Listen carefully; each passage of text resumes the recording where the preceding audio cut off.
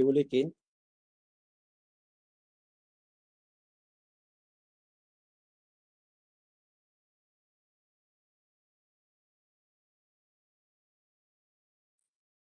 Boleh, Prof. Kita mulakan ya?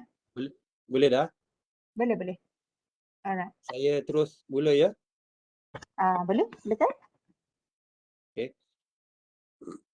Bismillahirrahmanirrahim. Assalamualaikum warahmatullahi wabarakatuh. Selamat pagi kepada warga UTM di Johor Bahru, di KL, di Pagoh dan semua sahabat-sahabat yang berada di Facebook sekarang ini. Terima kasih kerana dapat hadir. Bismillahirrahmanirrahim. Assalamualaikum warahmatullahi wabarakatuh. Nama saya Samsul bin Sarip. Saya merupakan timbalan pengarah bagi UTM Campus Sustainability, UTMCS di Kuala Lumpur. Untuk hari ini, saya diberi amanah untuk menyampaikan perkongsian lah secara santai, iaitu kampus rendah karbon.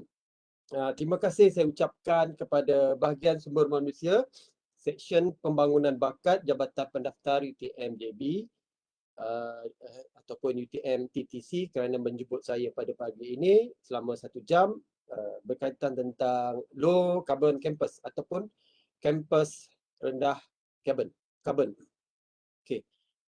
Saya izinkan saya untuk share slide untuk hari ini. Boleh nampak tak? Boleh ya? Baik. Terima kasih.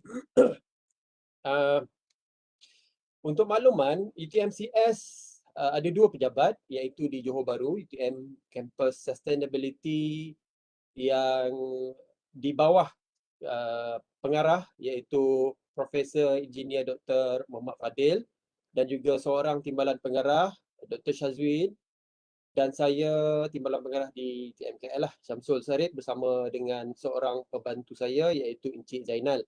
Di Johor ada lagi 7 staff. Okey, untuk pagi ini saya akan terangkan sedikit perkongsian secara santai tentang low carbon campus ataupun kampus rendah karbon.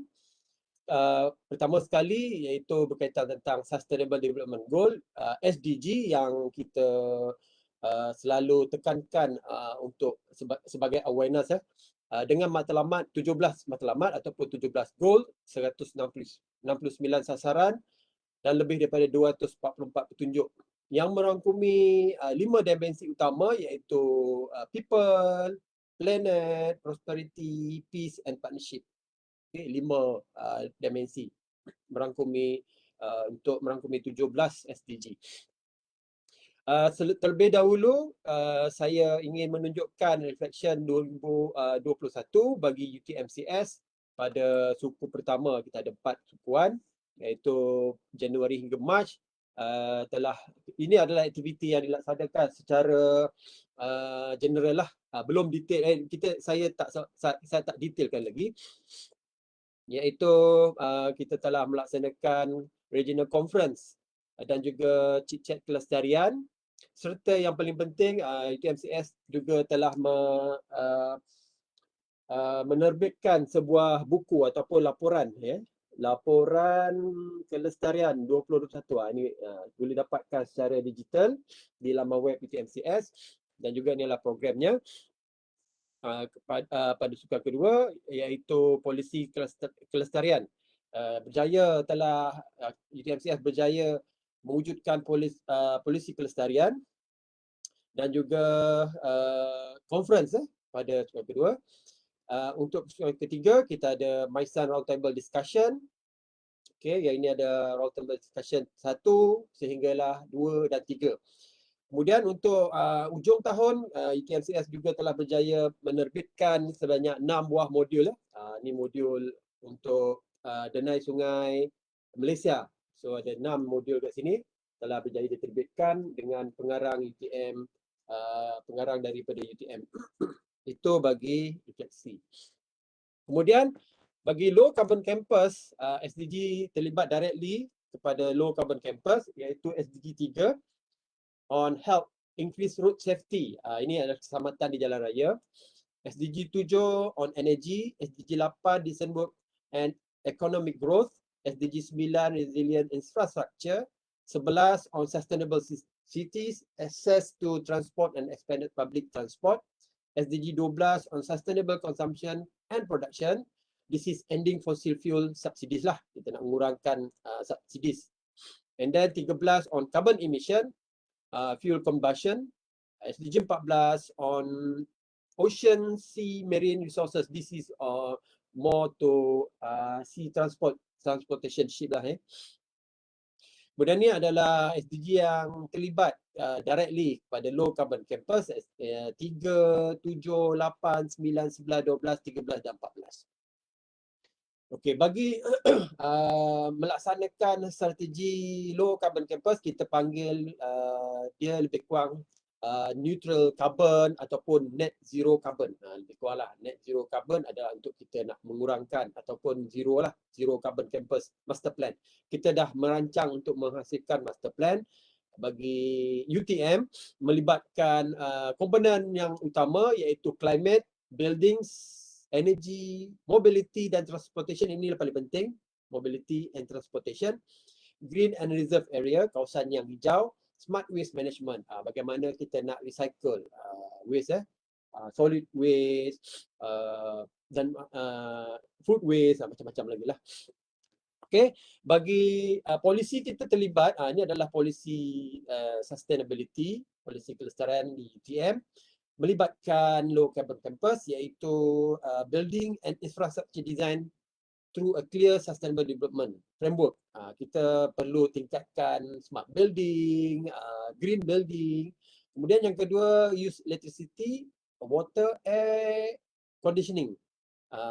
Ini adalah dalam menjimatkan tenaga di bangunan, penggunaan tenaga elektrik, air, aircon dan sebagainya lah. Bagaimana kita nak menjimatkan barang-barang elektrik tersebut. Kemudian cultivating low carbon practices among the campus community through the planning of the campus decarbonization map. Dan terakhir adalah strengthen the public transport system on campus to reduce the use of motor vehicle. Ini adalah tujuan kenapa kita laksanakan low carbon campus, untuk mengurangkan kenderaan yang masuk ke dalam kampus ataupun penggunaan kenderaan berulang-alik dari rumah ke tempat kerja. Okay, focus area kita adalah street design to prioritize active mobility. Ini kita punya more kepada fokus kita lah. Comfortable, safe and pedestrian. Selamat, perjalanan kaki yang selamat, ada kawasan yang selamat. Dedicated e-bus lane network, perancangan kita lah untuk melaksanakan e-bus lane. Repair public space with the community, protect parks and increase biodiverse area, iaitu kita mempunyai parking yang lapang, sesuai dan hijau lah. Kemudian low carbon building, near zero emission building roadmap, solid waste reduction and then waste management master plan lah. Okey, itu bagi kita punya UTM low carbon campus master plan, ataupun kita panggil net zero carbon master plan, ataupun boleh neutral carbon pun boleh. Neutral carbon, kita nak mengurangkan carbon daripada sekarang hinggalah ke 2050, ataupun kurangkan dulu 2030 sehingga 2050, target kita untuk mendapatkan zero lah, insyaAllah. Okay, this is kita punya net zero carbon campus strategy priority area, SPA. SPA means strategic, SPA bermaksud strategic priority area, ataupun kita merancang terutamanya bagi net zero carbon ataupun low carbon campus lah. Matlamat SPA, strategic priority area, adalah untuk berkongsi pemikiran, peluang dan aktiviti dia ada untuk menyumbang, mencadangkan hala tuju kepada jawatankuasa. Jawatankuasa yang ditetapkan adalah jawatankuasa di UTM lah. Mendapatkan maklum balas dan merokok idea baru untuk memacu dan membentuk aspirasi UTM melalui sektor net zero carbon ataupun low carbon campus. Okay. Ini adalah strategi kita punya matlamat lah. Okey, sebelum saya pergi jauh kepada UTM sendiri, izinkan saya untuk menerangkan tentang keseluruhan senario iaitu penggunaan kapasiti elektrik daripada 20 hingga 25, bagaimana bentuk dia. Kalau kita lihat penggunaan renewable energy lah, boleh dikatakan. Yang warna hijau ni adalah renewable energy, iaitu wind lah, wind ataupun sekarang di Malaysia banyak pada solar dan storage meningkat. Kalau kita perhatikan hydro, dia masih relevan sehingga 2050. Hydroelektrik, maksudnya renewable energy menggunakan hydro masih relevan sehingga 2050, jadi jangan dipinggirkan. Okey, kemudian bergantung, yang ini adalah senario paling rendah mencapai pelepasan sifar karbon, sifar karbon menjelang 2050 menggunakan kapasiti penggunaan tenaga suria, angin, bateri pada carta yang inilah. Kemudian penggunaan kenderaan elektrik, kuasa bateri meningkat. Bateri dan kuasa bateri meningkat sehingga 2050. Maksudnya daripada sekarang ni dia tengah meningkat naik penggunaan elektrik ataupun bateri lah. Electric car, electric bus. Kemudian bagi penggunaan kuasa di heavy duty trucks, dia menggunakan hydrogen fuel cell. Hydrogen fuel cell akan meningkat penggunaannya. Maksudnya kita akan beralih kepada hydrogen fuel cell dan juga bateri. Secara pendapat saya mengatakan bahawa hydrogen fuel cell akan take over sumber tenaga bagi kenderaan akan datanglah. Okey. Kemudian yang ini adalah tentang heating lah, heating tenaga untuk memanaskan. Kita menggunakan heat pump. Jadi heat pump akan meningkat, juga menggunakan elektrik, tenaga elektrik. Okey, Malaysia backgroundnya bagi low carbon campus, theme related to sustainability and low carbon development adalah digital nation, green growth cities, competitive cities, promote biodiversity, environmental awareness, enable energy plan and kalau kalian perhatikan sejak tahun 1990 carbon emission sebanyak 56,000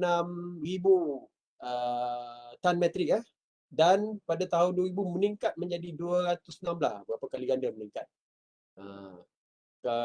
Carbon per kapita metrik tan pada tahun 1990 3.1 saja. Pada tahun 2000 meningkat pada 7.7. Jadi berapa banyak peningkatan karbon. Jadi kalau kita abaikan peningkatan karbon ni, dia akan berlakunya peningkatan suhu secara global.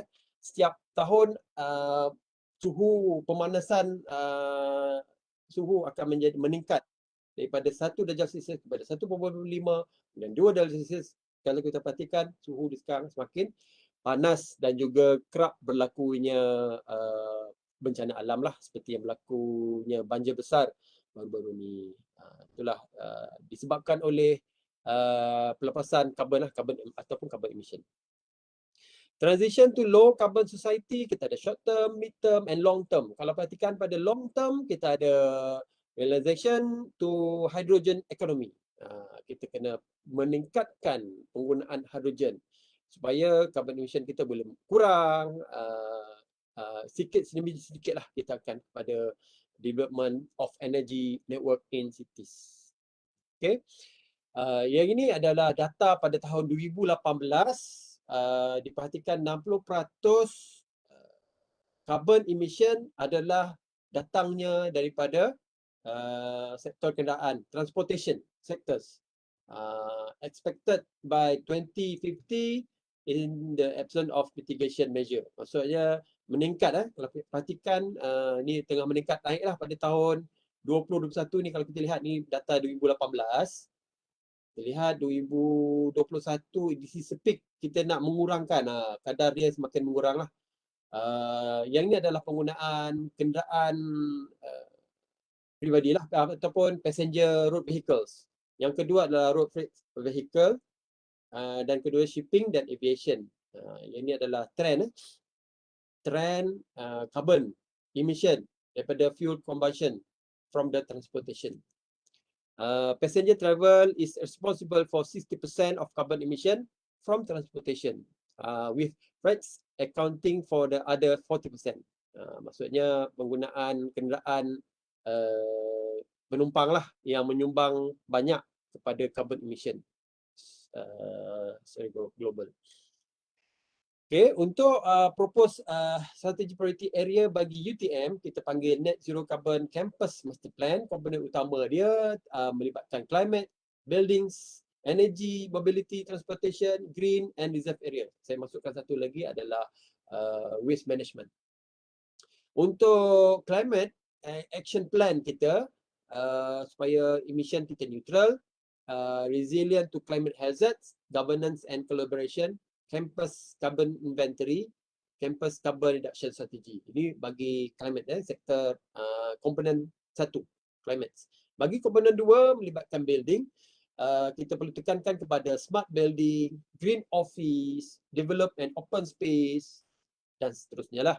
Bagi energy efisiensi, bagaimana kita nak mengurangkan energi, paling penting kita hendaklah melabur kepada renewable energy lah. Kalau kita tak laburkan dari sekarang, sampai bila kan?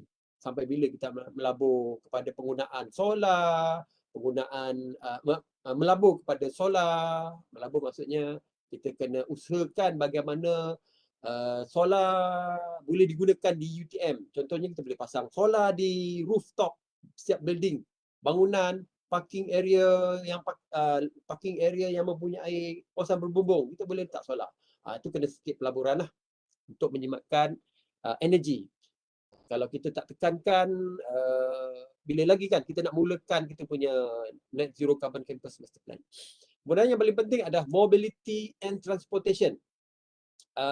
Yang ini melibatkan kita punya program iaitu Car Free Campus. Kenapa kita libatkan Car Free Campus?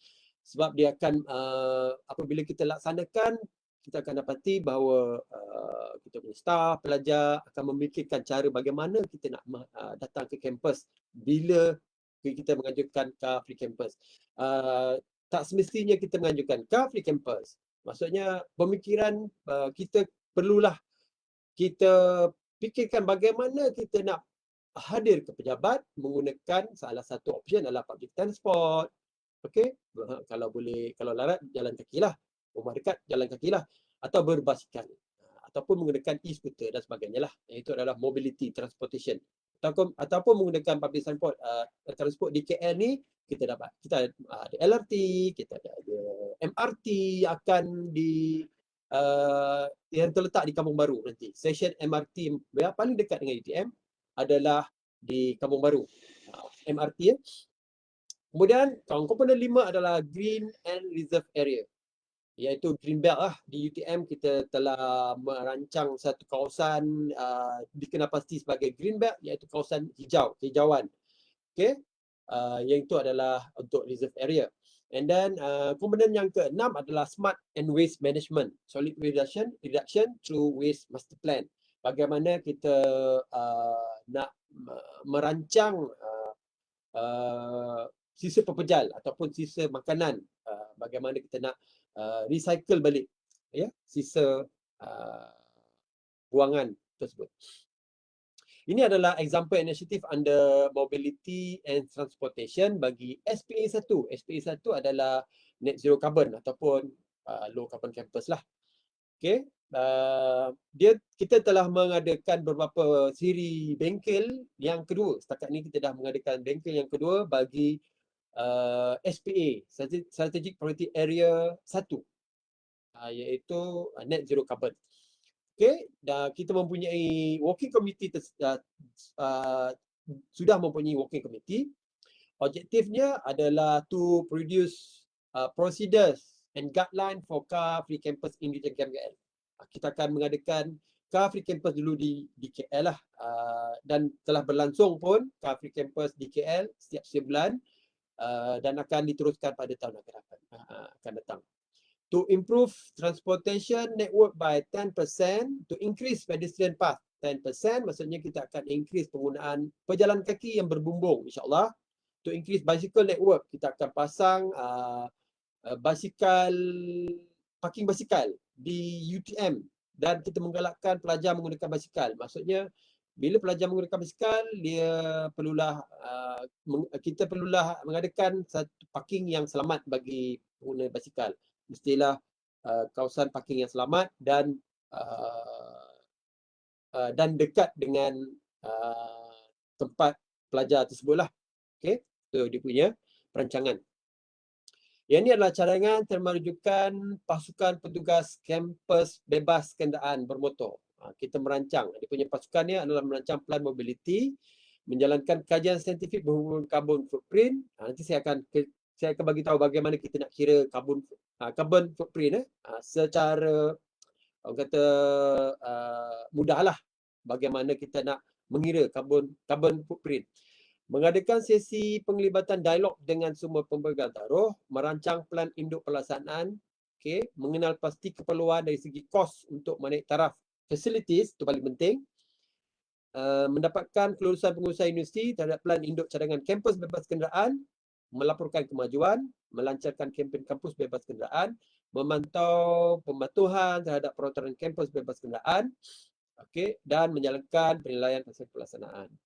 Ini adalah TOR bagi pegawai yang in charge tentang car free campus. Ini menuju net zero carbon menjelang 2050 ataupun low carbon campus ataupun neutral carbon. Kita nak, kalau 2050 kita target untuk menjadikan zero carbon. Ini rekod pada tahun 2017. Kuala Lumpur merekodkan jejak karbon tahunan sebanyak 25 juta tan metrik pelepasan karbon. Untuk carbon footprint, unit dia adalah tan carbon emission. Maksudnya 25 juta tan CO2e, carbon emission. Unit dia tan ataupun kilogram lah. Kilogram kalau dah banyak jadi boleh sama lah kan. Pengurutan menyumbang terbesar 56% macam tadi, hampir 60% lah.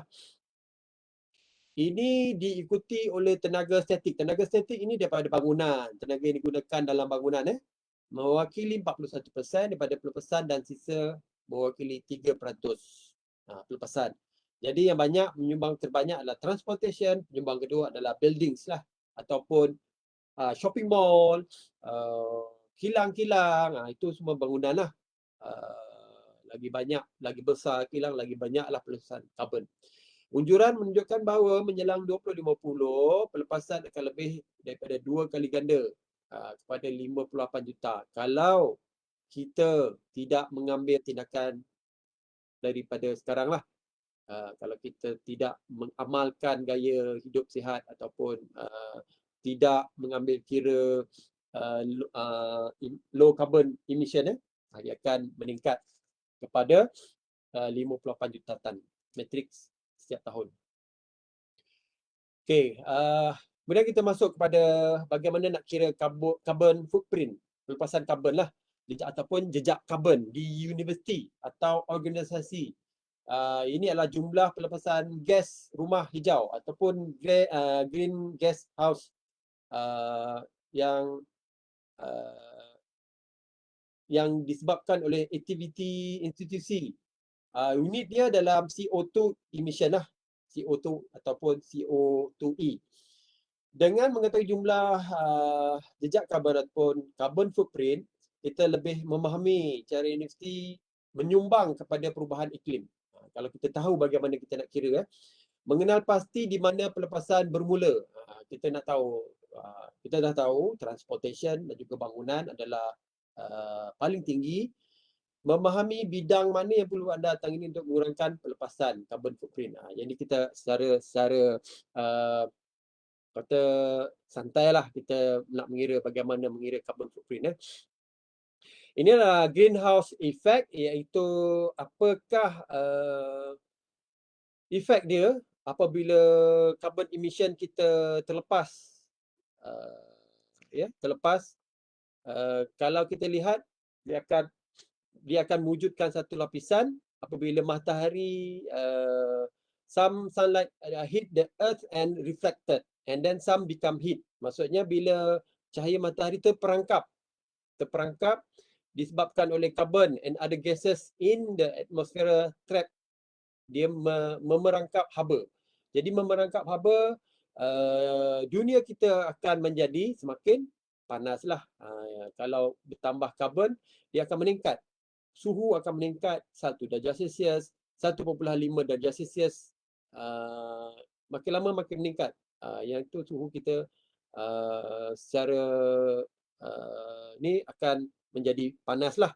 Kan kita akan dapati bahawa dunia semakin panas. Okey, matlamat untuk greenhouse gases adalah untuk kurang pelepasan GHG bangunan. Kita boleh ukur dalam unit kilogram CO2 emission. E itu for emission. Melabur dalam tenaga boleh diperbaharui. Seperti saya cakap tadi, kita hendaklah memberi tumpuan khusus kepada bagaimana kita nak melabur kepada penggunaan tenaga solar. Okay, kita membeli tenaga boleh diperbaharui atau kita membuat sedikit reka bentuk penggunaan di Malaysia ni kincir angin pun boleh, tapi jaranglah kita menggunakan tenaga daripada angin, ataupun kita boleh menggunakan micro hydro turbine di mana ada sumber sungai. Kita boleh menggunakan micro hydro turbine, kena melaburlah sedikit. Gunakan tempat letak kereta dan struktur, gunakan sebagai aset alam sekitar untuk menjana dan menyematkan tenaga. Gunakan seperti bangunan, parking area untuk kita letak solar. Tingkatkan pengangkutan alternatif. Contohnya kita menghapuskan mod yang sedia ada lah. Yang sedia ada ni iaitu kita menggunakan pengangkutan alternatif, contohnya public transport, carpool untuk datang ke office, dan juga menggunakan kereta elektrik. Siapa ada kereta elektrik boleh dibawa semasa car free campus. Maksudnya hanya kereta elektrik saja dibenarkan, ataupun boleh benarkan hybrid car lah. Hybrid car iaitu combustion engine bersama dengan elektrik. Dia hybrid dengan elektrik motor. Okey, yang ni saya akan mengira bagaimana mengira carbon calculator. This is carbon calculator yang saya ambil. Nanti saya share sekejap lagi ya. Saya nak share bagaimana nak kira this one. Ya. Saya share sekejap. Okey. This one. Share. Okay, saya tunjukkan bagaimana nak mengira carbon calculator. Yang ini adalah daripada Green Tech Malaysia. Sangat jelas bagaimana dia mengira carbon footprint. Yang pertamanya adalah dari segi penggunaan tenaga elektrik di rumah. Ini bagaimana kita nak mengira carbon footprint yang dihasilkan oleh kita. Macam saya lah. Contohnya saya. Okay. Saya ada bil elektrik. Ni adalah bil elektrik. Okay. Boleh nampak kot kan? Harap-harap boleh nampak. Nampak kan? Start video. Tutup pula video. Okay. Tengok. Nampak kot.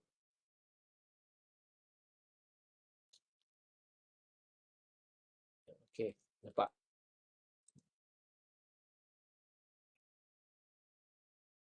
Stop sharing kejap. Okay.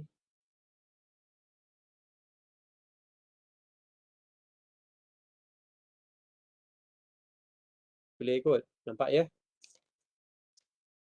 Sekejap. Takut saya kan tak nampak pula. Okay. Ni slide saya. Maaf. Saya duk mencari one. Okay. Okay, bagaimana untuk mengira carbon footprint di rumah? Ini contoh saya lah. Yang pertama adalah penggunaan tenaga elektrik, electricity usage. Saya letak Peninsula Malaysia. Kemudian penggunaan elektrik saya tengok bil kat sini ya. Penggunaan elektrik saya adalah sebanyak 500 kilowatt hour. Saya punya bil 500 kilowatt hour. Kemudian penggunaan air, saya ada bil air saya sini. water usage, penggunaan water usage saya sebulan ya. Dalam meter cube per second, saya menggunakan sebanyak 40 meter cube per second sebulan. Tahan banyak lah tu, 40 meter cube sebulan. Kemudian transport usage, how much you spend on fuel a month. Okay, saya menggunakan minyak, saya letaklah RON 95. Minyak saya gunakan sebulan adalah RM400. Ni tak tahulah jimat ke tidak kan, RM400. Kemudian saya kira, calculate your carbon emission. Okay. Electricity usage saya adalah carbon emission adalah sebanyak 347 kilogram carbon dihasilkan. Itu daripada rumah, tenaga elektrik di rumah. Kemudian penggunaan air, saya menghasilkan sebanyak 167.6 kilogram carbon. Dan penggunaan transport, banyak kalau lihat, nampak 491.2 kilogram carbon. Banyak, paling banyak adalah transportation lah dibandingkan dengan electricity dan juga penggunaan air. Itu baru 3, ada lagi banyak lagi. So total penggunaan pengeluaran carbon emission saya adalah sebanyak 1 tan sebulan. Your total carbon emission adalah 1 tan. Ini adalah simbol berapa besar carbon emission yang saya hasilkan. This is the size of 1 ton carbon emission yang dihasilkan. Maksudnya saya menghasil besar ni sebulan. Berapa besar? 1 tan carbon emission. Maksudnya ini baru sebulan. Berapa bulan dah? Bagi saya seorang, belum orang lain. Bayangkan berapa tan carbon emission kita telah dilepaskan. Jadi bagaimana untuk mengurangkan adalah yang pertama, kita kurangkanlah penggunaan transport daripada RM400, cuba kurangkan menjadi separuh, RM200. Macam mana caranya nak dikurangkan? Simpan je kereta kat rumah kan? Simpan kereta kat rumah, jalan kaki ke office ataupun berbasikal. Okey. Yang itu adalah bagaimana kita nak kira carbon emission. Baik. Seterusnya adalah saya nak back balik. Mungkin tak nampak pun. Share balik. Okey. Penjanaan elektrik. Tadi tu kita dah lihat elektrik. So kita kena tingkatkan penggunaan tenaga elektrik dengan mengurangkan tenaga elektrik menggunakan renewable energy lah. Bangunan pun sama, dengan menggunakan bangunan yang apa orang kata green building, smart building, semua tu kena kita pertingkatkanlah kecekapan tenaga bangunan baharu. Sebahagian besarnya membina bangunan dan kecekapan peralatan. Saya nak bagi cadangan kepada pengurusan UTM ataupun Jabatan Hartanah apabila ada sedikit bajet, perlulah sedikit tekankan sedikit kepada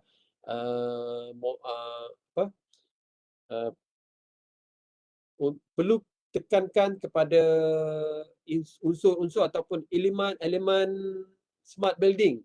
Contohnya smart building adalah rain harvesting system. Cubalah laksanakan rain harvesting system bila merancang membina bangunan. Masukkan sedikit elemen rain harvesting system, solar di bumbung dan juga terus menggunakan equipment yang jimat tenaga seperti LED, sensor pejalan kaki bila ada orang lalu, lampu baru menyala, bila tak ada orang dia off.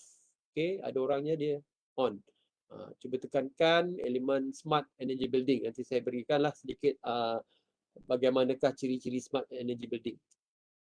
Okey. Transportation pun kita kena fikirkan ataupun kita beralih kepada mode yang alternatif. Mode alternatif iaitu electric vehicle lah. Menggunakan electric vehicle ataupun berbasikal ataupun menggunakan public transport lah. Okey.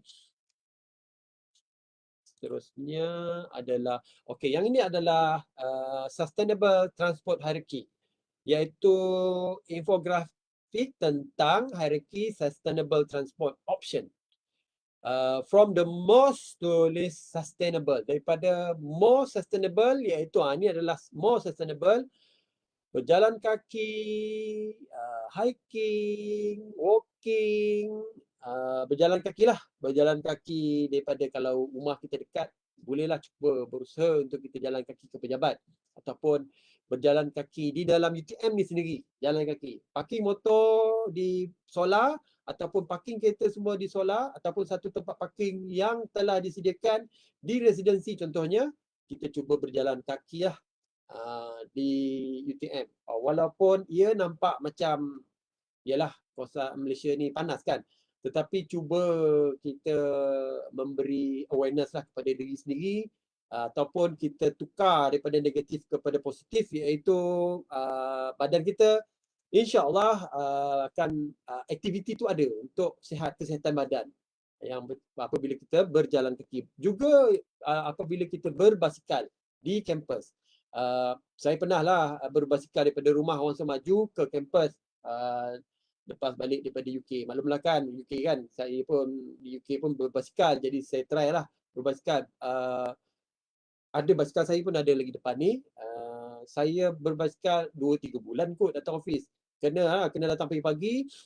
Pertamanya kita dah berpeluh kan. Bila dah berpeluh, kenalah bawa baju spare untuk kita mandi dan kita tukar.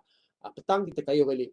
Itulah cabaran yang kita perlu hadapi bila datang office dengan berbasikal. Dia berpeluh lah. Ataupun option yang ketiga, menggunakan public transport. Okay. Simpan kereta di rumah, cuba naik public transport, LRT ke MRT ke sampai ke office.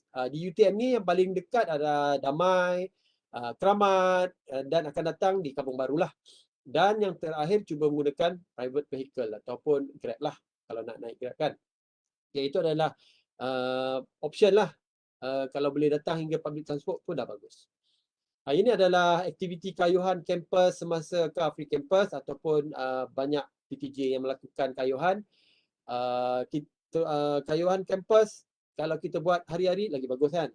Datang ke office, berkampus, ke kampus. Ini akan mengurangkan pelepasan karbon melalui mod pengangkutan yang mesra alam. Contohnya berbasikal ataupun e-bike ataupun e-scooter ataupun nak menggunakan e-scooter pun boleh. Kan? Scooter tu perlulah sikit. Okay, ini adalah contoh kayuhan lestari yang telah dilaksanakan. Kemudian kita pergi pada Sustainable Transport, iaitu Living Lab 7. Kita ada Living Lab 7 iaitu konsep pengangkutan mampan di UTM. Tujuan dia adalah menambah baik pengangkutan awam mesra alam iaitu menggunakan electric bus ulang-alik. Tibalah masa kita menggunakan electric bus ataupun boleh menggunakan hydrogen fuel bus. Hydrogen untuk menggantikan diesel, boleh menggunakan hydrogen. Mempertingkatkan platform revolusi pendasian melalui pelaksanaan sistem pengesanan bas UTM sama ada Grab. Ini adalah sistem lah, kita nak buat apps. Mempromosikan pengalaman kampus gaya hidup eko kepada pihak berkepentingan kampus melalui usaha sama ada kita nak usaha sama dengan Urbanis dan juga Urbanis, kita akan cuba dapatkan e-scooter lah dengan Urbanis. Itu adalah usaha sama. Menggalakkan penggunaan sepenuhnya perkhidmatan pengangkutan awam sekolam, itu carpool lah tu kot. Okay.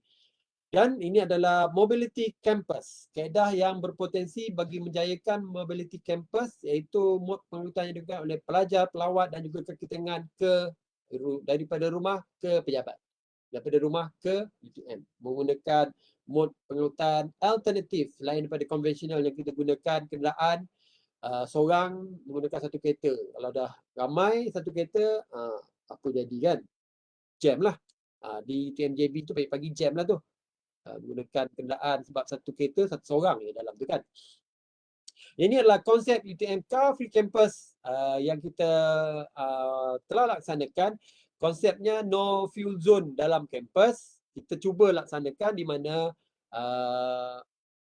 apabila kita laksanakan nanti, kita akan sediakan dedicated parking area supaya kampus kita ni tak ada kenderaan. Maksudnya kita berjalan. Bila kita berjalan kaki, kita kena adalah comfort pedestrian walkway. Adalah pokok-pokok dan berjalan kaki yang selesa walaupun panas kan, panas terik, tak ada angin, tapi kita bolehlah menikmati keindahan alam sambil berjalan kan. Yang ini adalah konsep Car Free Campus yang dilaksanakan lah. Okey, ini adalah Car Free Campus di UTM KL. Kami telah laksanakan di UTM KL dan akan diulang pada tahun depan insya-Allah. Tujuannya adalah untuk memberi kesedaran kepada kepentingannya pelepasan gas emission, carbon gas emission, iaitu yang paling banyak adalah melibatkan transport. Jadi Car Free Campus ataupun CFC UTM KL is a guide in preparing planning and sustainable development that can contribute to the reduction of greenhouse gas emission. Okay, kalau kita perhatikan UTM KL, kawasan ni memang sangat landai, strategik untuk berbasikal di dalam kampus. Dan juga siapa ada kenderaan elektrik bolehlah dibawa masuk. Hanya kenderaan elektrik sahaja dibenarkan. Termasuklah elektrik bike, elektrik skuter, electric car, okay, di mana kita akan memberi parking yang bersesuaian. Selalunya kita letakkan di residensi, parking di residensi, dan juga di solar ni bagi motor. Maksudnya semua motor parking kat sini dan kita berjalan kaki lah ke dalam kampus. Ini adalah untuk measure and quantify the actual carbon emission of campus. Dia tak banyak, sikit pun jadilah kita dapat kurangkan carbon emission. To guide university in transforming their campus into low carbon campus, to create awareness and promote the concept of low carbon campus in UTM. Tujuan dia lah untuk create awareness lah. Bila dah kesedaran tu dah ada, maka lama-lama staff, kalau diperhatikan di MGIT, staff Jepun kebanyakannya mereka berjalan kaki ke UTM. Daripada stesen Damai ke sini mereka berjalan kaki dan balik. Itu adalah cara hidup mereka yang sihat. Jadi kalau boleh kita memanglah kalau diikutkan banyaklah beg nak dibawa kan. Jadi kalau boleh kita kena plan lah, rancang keperluan apa barang yang kita perlu bawa supaya kita boleh tinggalkan kereta jauh sikit dan kita berjalan kaki. Terutama sekali laptop kita yang taklah besar kan, bolehlah dibawa. Sekarang gunakan laptop yang kecil. Jadi tak ada masalah untuk akan datang kita berjalan kaki ke kampus. Okey, bagaimana ataupun efeknya kepentingan Car Free Campus ni bila dilaksanakan? Okey, bila kita laksanakan Car Free Campus secara tidak langsung, staff akan kadang-kadang akan berada di rumah lah secara online class. Okey. And then saya tidak langsung staff ataupun pelajar menggunakan pengangkutan awam untuk datang ke kampus apabila kita mengadakan program Car Free Campus. Okay? Dan secara tidak langsung juga staff akan berfikir bagaimana untuk berkongsi kereta ke kampus pada hari tersebut lah. Dan juga ada separuh staff yang berjalan kaki, berbasikal ke kampus. Ini adalah efek dia bila kita laksanakan Car Free Campus. Secara tidak langsung, pada hari tersebut, kereta berada di rumah lah. Kan? Kita merancang kereta berada di rumah. Okay, yang kedua adalah tentang Carpool. This is platform perkongsian perjalanan dinamik untuk ke tempat kerja, untuk ke kampus. Carpool. Jadi, bila kita mengadakan Car Free Campus, Car Free Campus lah, Car Free Day itu akan laksanakan seharian. Car Free Campus, kita punya plan akan melaksanakan kampus yang tiada kenderaan. Okey, untuk masa depan tenaga elektrik ataupun e-car, sekarang ni electric vehicle lah, EV, boleh didapati. Ini adalah contoh EV yang daripada China lah. Okey, dipanggil Chery. Plans for 55,000 saja harganya di Malaysia. Inilah bentuk Chery ya. Jadinya ni full elektrik. Bila kita menekankan penggunaan kereta elektrik ni secara tidak langsung, pengurusan akan mengadakan charging station lah. Sebenarnya kita telah ada pun charging station di UTM KL yang telah dibangunkan oleh penyelidik kita. Tetapi bila pembangunan telah dilaksanakan, kita belum pasang lagi. Sebelum ni kita ada charging station di luar UTM KL ni ada 2 charging station dulu. Kemudian di dalam UTM KL pun ada 1 charging station bagi pengguna elektrik. Jadi kita akan membina semula charging station untuk charge elektrik bagi semua staff yang membawa kenderaan elektrik ke dalam kampus. Kita bergerak. Dan juga electric bike. Electric bike, kalau tak nak electric bike, kita boleh berkayuh lah dalam kampus. Sebahagian daripada rangkaian tenaga berpusat dan memainkan peranan penting dalam strategi peralihan tenaga. Yang ini adalah satu contoh lah EV in Malaysia. Banyak lagi. Renault dipanggil Leaf car. Renault ada di Malaysia yang fully elektrik. Bidang utama gaya hidup, penggunaan tenaga rumah dan pengeluaran sisa. Ini adalah bidang kalau kita nak menjimatkan pengeluaran carbon emission di rumah untuk diri kita. Yang pertamanya di rumah, termasuklah jumlah penggunaan tenaga elektrik, bahan api yang digunakan, kita kena jimatkan ya. Kemudian yang kedua perjalanan, transportation. Menggunakan kita fikirkan menggunakan elektrik car ke pejabat ataupun berbasikal ke pejabat ataupun berjalan kaki lah. Kemudian paling penting diet, jenis makanan yang anda makan juga memain peranan untuk carbon footprint. Dan juga tabiat membeli belah. Faktor lain adalah kekerapan membeli produk baru seperti produk elektronik baru. Kalau boleh produk elektronik kita cuba baiki atau gunakan sehingga betul-betul tak boleh, dan bila tak dah rosak kita kena recycle ke dalam e-waste. Di UTM kita ada pusat pengumpulan bagi e-waste, minyak masak terpakai, baju terpakai di UTM ya, di UTM sendiri ada.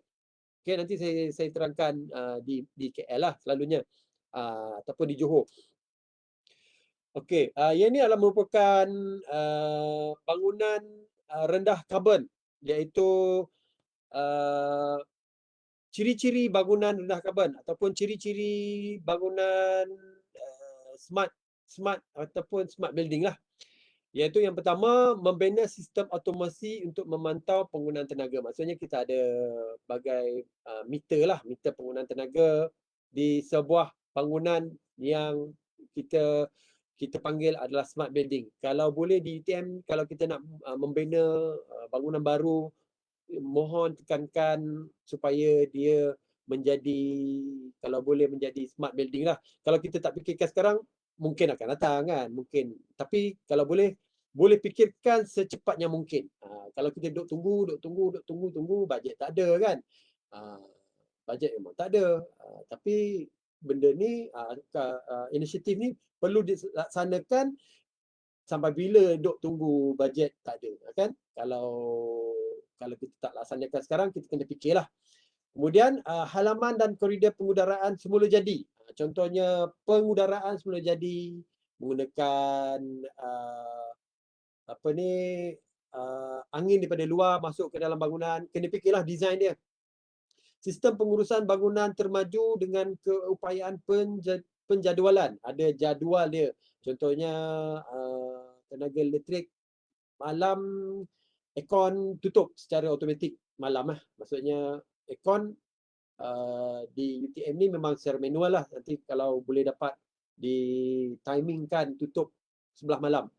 Okey, sistem penyaman udara, aircon. Aircon kita ni manual. Jadi kalau boleh sila tutup aircon bila kita keluar. Ataupun secara centralized, aircon secara centralized ataupun split unit macam ni, kita kena tutup secara manual lah. Penyediaan meter digital untuk menjejak penggunaan tenaga bagi pelaporan, bagi penambahbaikan. Kawalan pengudaraan terkawal, permintaan menggunakan bacaan carbon emission untuk dewan kuliah dan sebagainya lah. 30% kawasan direka bentuk dengan pencahayaan siang. Maksudnya kurang penggunaan tenaga elektrik bagi lampu ni. Maksudnya cermin lah, penggunaan cermin di mana kita kena fikirkan cahaya yang masuk dan juga udara yang masuk ke dalam bangunan. Kemudian air hujan yang dituai, rain harvesting system. Okey, kena fikirkanlah rain harvesting system. Kelengkapan kebersihan cekap air. Bila menggunakan air secara tap tu, kita tukar kepada yang jenis mechanical, kita press dan dia off dalam masa berapa second. Kena tukar yang itulah. Reka bentuk sistem pengesanan kebocoran air. Kena ada sistem. Bila ada leaking, dia tahulah leaking kat mana. Reka bentuk dan kelengkapan lampu LED cekap tenaga. Kemudahan untuk aktiviti kitar semula. Dia ada aktiviti kitar semula. Tempat letak kereta khusus untuk kenderaan hijau supaya mereka boleh charge kan. Kampus bebas asap rokok, tu memang dah lama dilaksanakan. Paparan pendidikan yang menunjukkan prestasi tenaga semasa secara langsung dalam bangunan. Maksudnya ada digital penggunaan tenaga secara langsung lah, iaitu berapa energi digunakan, berapa carbon emission yang keluar. Itu dah advance lah nanti kan. Okay, ini adalah merupakan bangunan yang melibatkan semua elemen yang saya sebutkan tadilah, di mana menggunakan small wind turbine dan juga solar photovoltaic, ada heat untuk pemanas air, kemudian home energy manager, dia ada digital kat sini, kemudian kita ada smart meter, communication gateway, smart grid and the home, geothermal heat pump, dia mengenai ada geothermal lagi, heat pump Kemudian ada heat pump, energy storage, bateri lah ni. Di bawah ni ada emergency energy storage.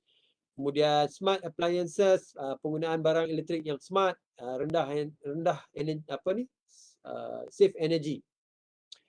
Energy efficient lighting, ada lighting yang penggunaan tenaga yang sangat rendah lah. Okay. Dan yang itu adalah smart building. Ini adalah merupakan saya tak ni lupa saya nak buat slide tadi. Macam mana dia boleh lari? Oh. Sekejap. Okey. Oh, saya tak share. Sekejap ya. And show. Apa? And show. Yang inilah boleh nampak kot yang ni. Ke tak nampak? And show. Try and show sekejap. Maaf ya. Saya nak tengok balik. Stop sharing yang ini. Jadi and show ni. Show and show lah. Slide. Okey. Share semula. Okey. Masih lagi. Okey, tak apa. Ini merupakan poster bagi program kitar semula di UTM KL.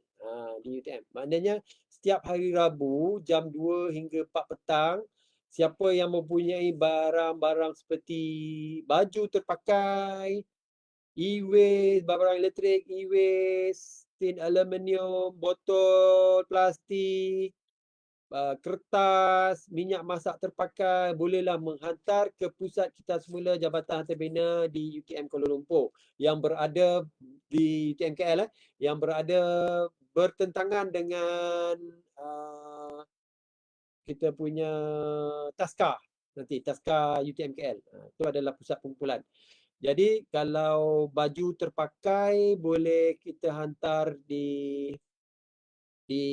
bin, giant bin, baju terpakai di giant bin. Okey, ini dia langkau kat sini ya. Alright. Okey, seterusnya adalah bagi yang ini adalah program yang di-initiate by Dr. Rosita.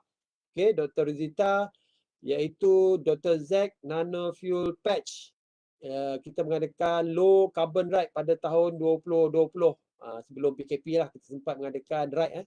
Di mana ride yang ini semua motor yang terlibat dalam low carbon ride ni telah dipasang dengan Dr. Zack Nano Fuel Patch, iaitu menjimatkan minyak, mengeluarkan karbon yang rendah ataupun low carbon emission yang sangat rendah bila kita menggunakan patch ni lah.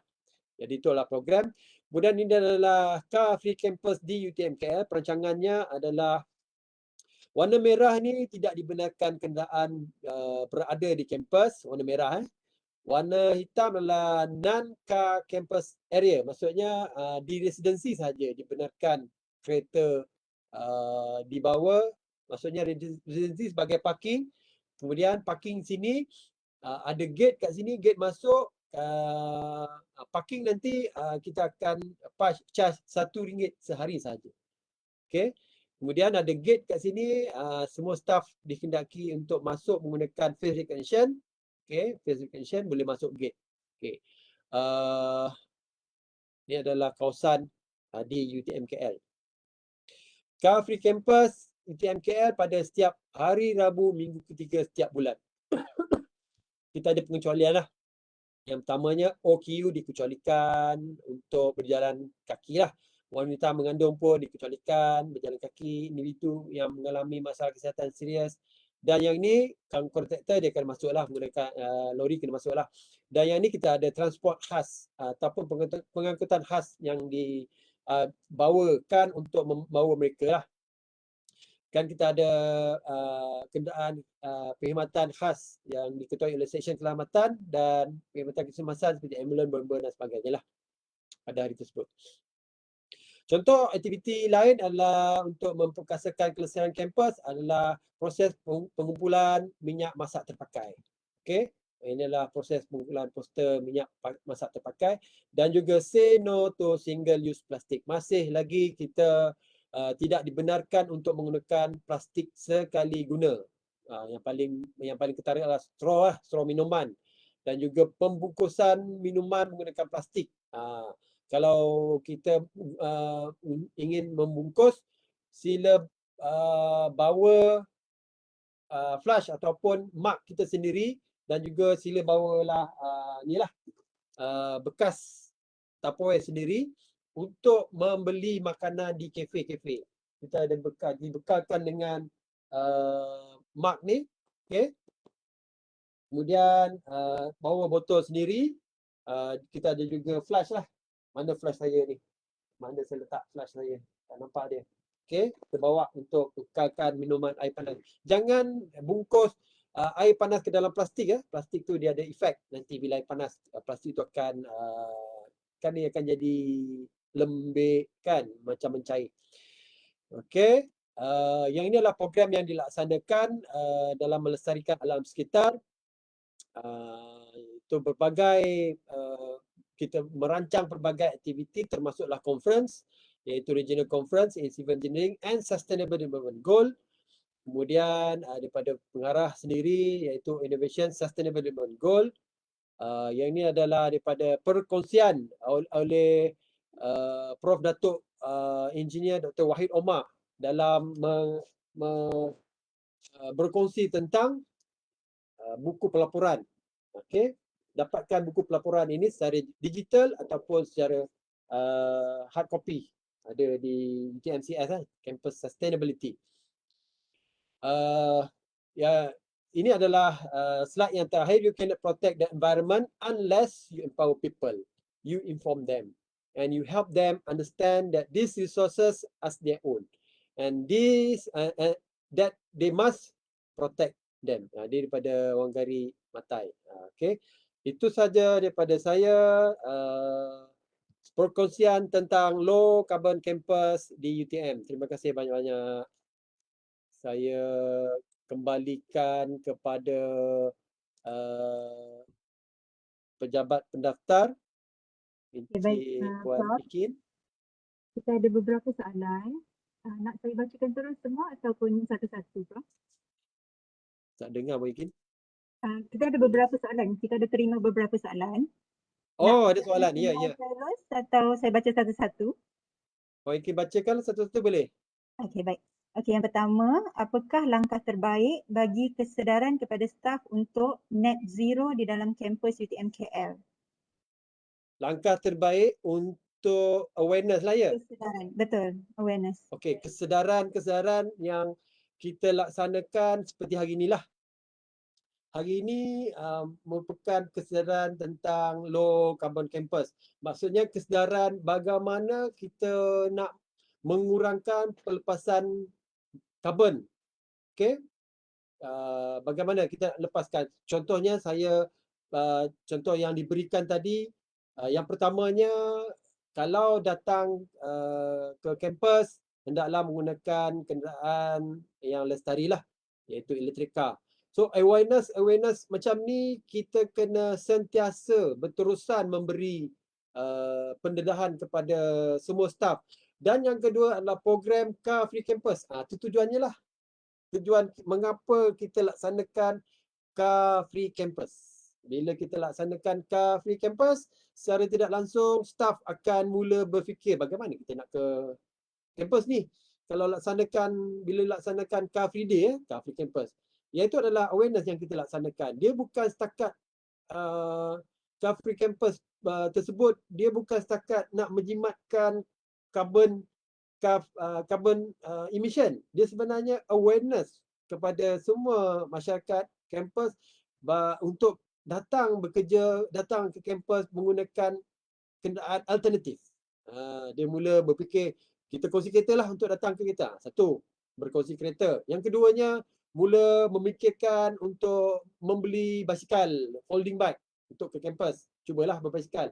Dan yang ketiganya, dia memikirkan penggunaan public transport. Pengangkutan awam, menggunakan pengangkutan awam ke dalam kampus. Kalau di KL ni pengangkutan awam lah, LRT, bus, MRT, Grab. Kalau di JB mungkin menggunakan carpool. Contoh sebagai. Adakah dia menjawab soalan, Kin? Tuan Kin? Harap menjawab lah ya. Saya rasa soalan kedua ni pun mungkin Doktor dah jawab. Sebenarnya soalan kedua, ada cara yang lebih baik tak untuk campaign free day? Oh, macam mana Kin? Jadi, apakah ada cara yang lebih baik untuk campaign Car Free Day? Campaign Cara lebih baik untuk berkempen. Okey. Kempen di UTM ni saya kira adalah yang pertama, cadangannya kita nak meningkatkan kesedaran tentang SDG, Sustainable Development Goal. Ada 17 SDG.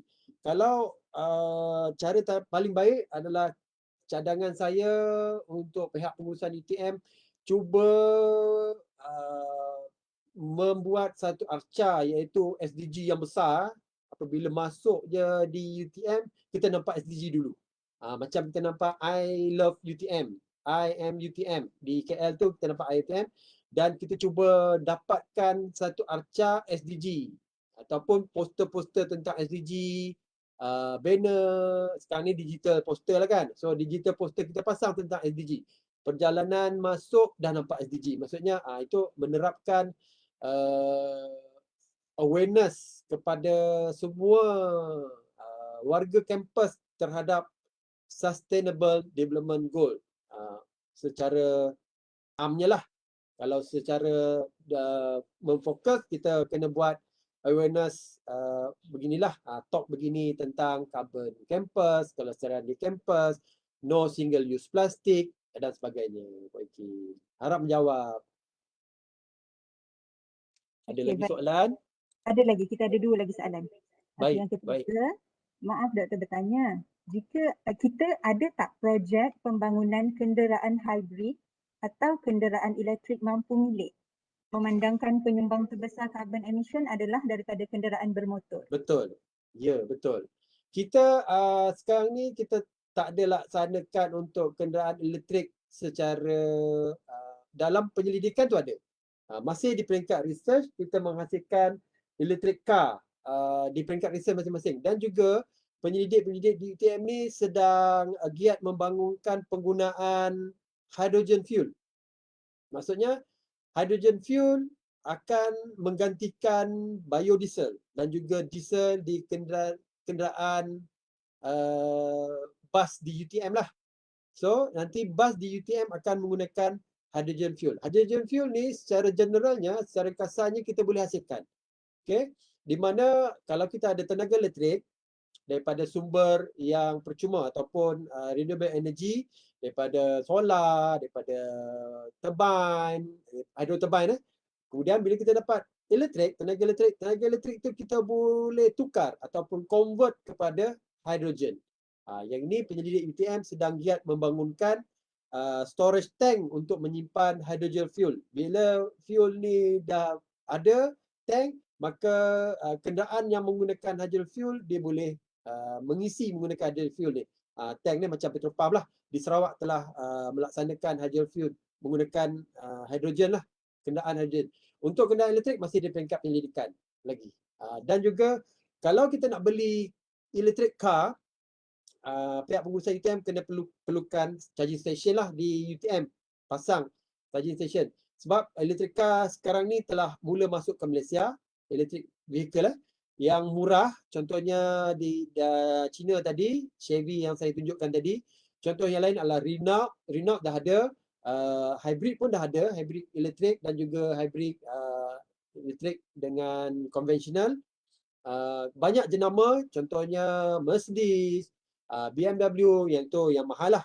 Kalau yang full elektrik ataupun EV, electric vehicle yang murah-murah, kita boleh bawa masuk daripada China, iaitu berharga 50k ke bawah pun dah ada electric vehicle. Yang itu telah mula nampak di Malaysia sekarang ni. Cumanya charging station lah kita kena banyakkan lagi. Okay, harap menjawab ya, mungkin. Okey, baik. Yang Apa lagi? terakhir, viewer kita minta pencerahan lebih detail. Beliau berminat dengan air hujan yang dituai yang digunakan untuk pengairan dan kepada menara penyejuk. Boleh Prof beri Rain harvesting system. Baik, okey, sebenarnya di UTM KL, masjid di UTM KL ni mempunyai rain harvesting system yang digunakan, air itu dikumpulkan di dalam tank di bawah tanah. Tank tu dikumpulkan dan airnya digunakan untuk siram pokok. Air digunakan untuk siram pokok dan juga digunakan untuk tandas. Di MJIT pun ada rain harvesting system.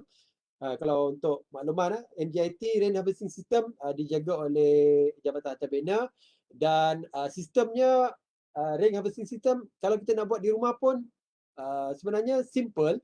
Yang pertamanya kita kena ada gutter pengumpulan dan masuk ke dalam tangki. Sebelum masuk ke dalam tangki tu kita kena filterkan dulu. Sama ada filter untuk sampah ataupun najis-najis haiwan. Contohnya burung, banyak najis.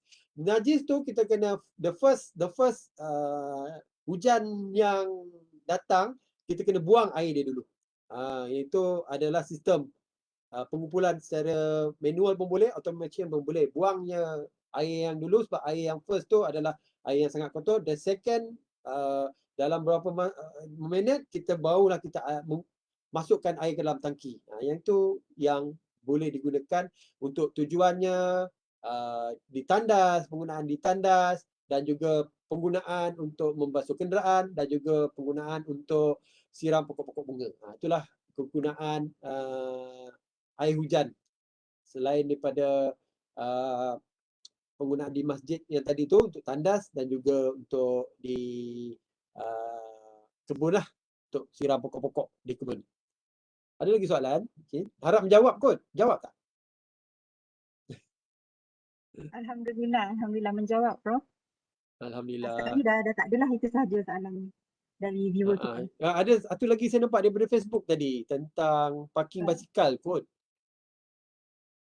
Ya, saya pun tak perasan juga ya. Tak apalah, okey. Parking basikal tu di UTM ni akan mula kita laksanakan parking basikal lah nanti. So bila dah ada parking basikal bolehlah digunakan nanti. Jadinya itu saja kot daripada kita hari ini. Baik. Alhamdulillah sesi kita telah selesai. Terima kasih diucapkan kepada Prof Samsul di atas kesediaan berkongsi ilmu dan awareness kepada kita hari ini. Semoga hasrat universiti dipermudahkan untuk capai kampus rendah karbon. Baik, saya sudahi sesi kita hari ini dengan wabillahi taufiq wal hidayah. Wassalamualaikum warahmatullahi wabarakatuh. Terima kasih, Ram. Waalaikumsalam. Terima kasih Muhyiddin. Hingga jumpa lagi.